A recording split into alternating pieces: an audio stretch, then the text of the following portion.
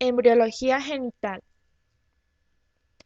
El aparato genital está estrechamente relacionado con el aparato urinario tanto anatómico como embriológicamente. Deriva de cuatro fuentes: mesodermo intermedio, células germinativas primordiales, epitelio celómico, mesénquima subyacente.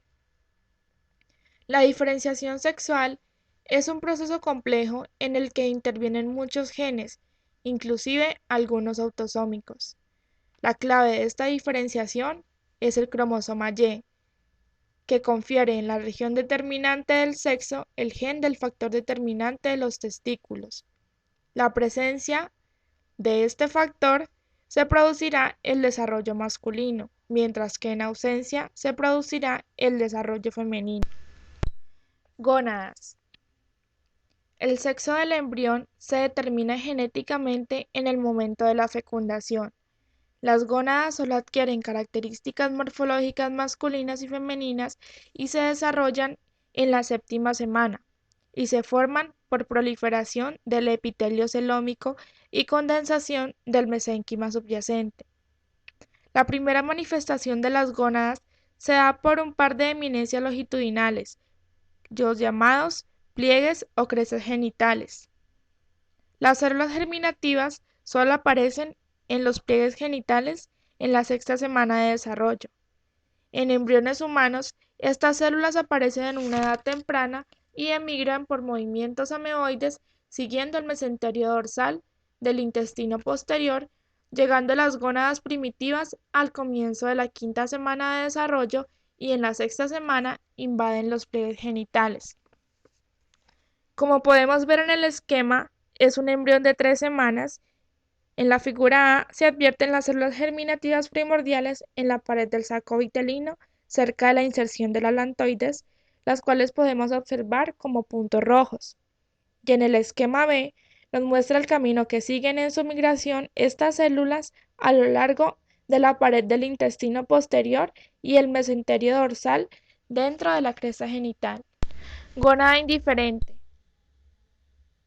Durante esta etapa, el epitelio celómico del pliegue genital prolifera a las células y penetra en el mesénquima subyacente, donde forma los cordones sexuales primitivos. Estos están unidos al epitelio de la superficie y hacen imposible diferenciar entre gónada masculina y femenina.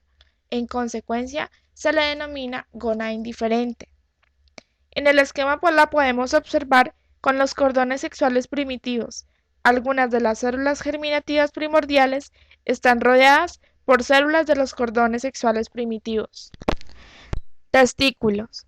Si el embrión es genéticamente masculino, debe tener un complejo de cromosomas sexuales XY por influencia del cromosoma Y, que es el factor determinante de los testículos, que sigue a la proliferación de los cordones sexuales y se introducen profundamente en la médula gonadal para formar los testículos o cordones testiculares.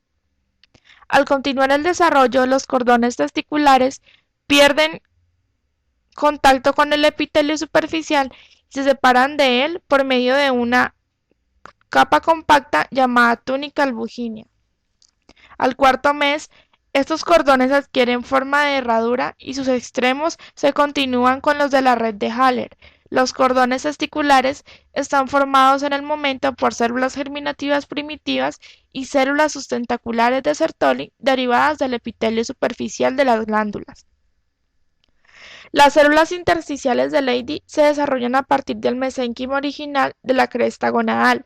A la octava semana del desarrollo, las células de Leydig empiezan a producir testosterona y es en esta etapa en la que el testículo puede influir en la diferenciación sexual de los conductos genitales y los genitales externos.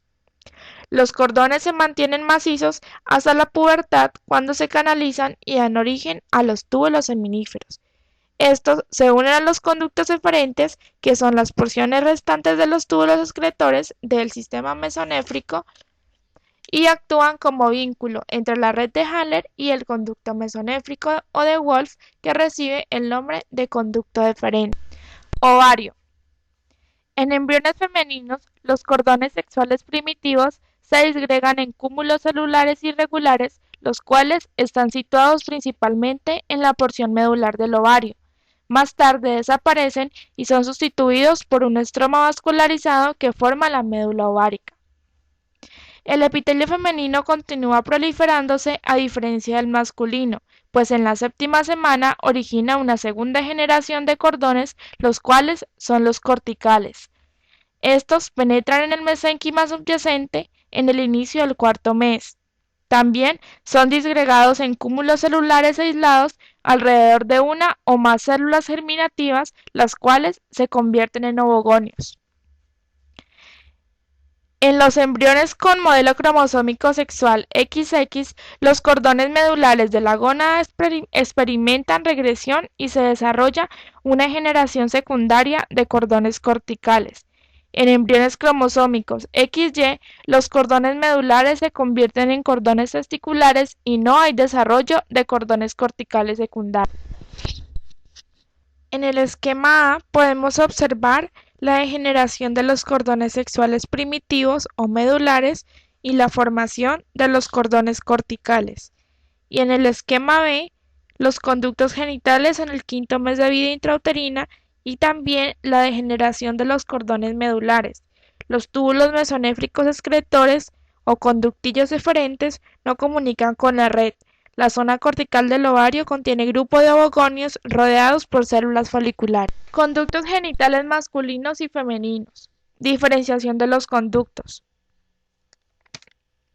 Esta depende de la influencia de hormonas que circulan al feto durante su vida intrauterina. Por ejemplo, las células de Sertoli de los testículos fetales producen una sustancia no esteroidea llamada sustancia inhibidora de Müller o hormona antimülleriana, la cual provoca la regresión del conducto paramesonéfrico.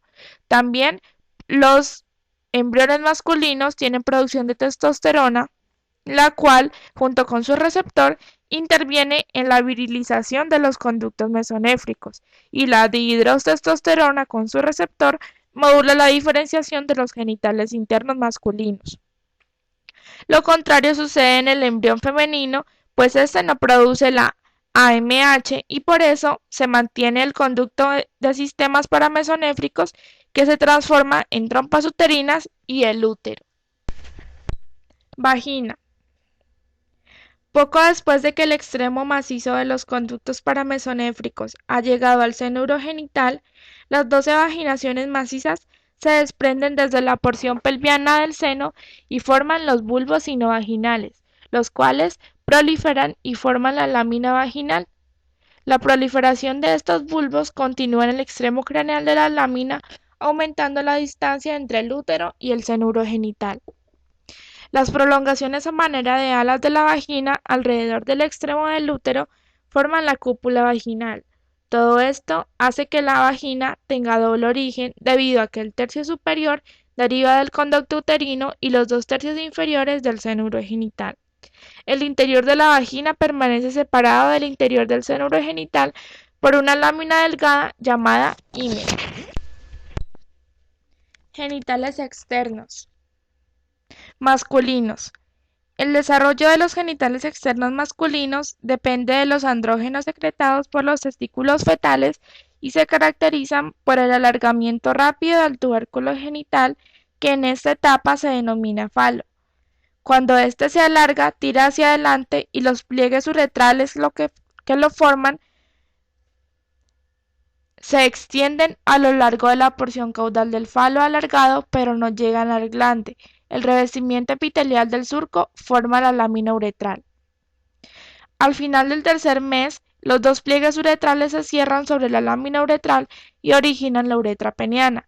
La porción más distal de la uretra peniana se forma cuando las células ectodérmicas de la punta del glande se introducen formando un cordón epitelial macizo. Este cordón forma el meato uretral externo. Los pliegues escrotales situados en un principio en la región inguinal se desplazan en sentido caudal, formando cada uno de ellos la mitad del escroto y se encuentran separados el uno del otro por el tabique escrotal. Genitales femeninos. El tubérculo genital se alarga un poco y forma el clítoris. Los pliegues uretrales no se fusionan y se convierten en labios menores, y las eminencias genitales se agrandan y forman los labios mayores.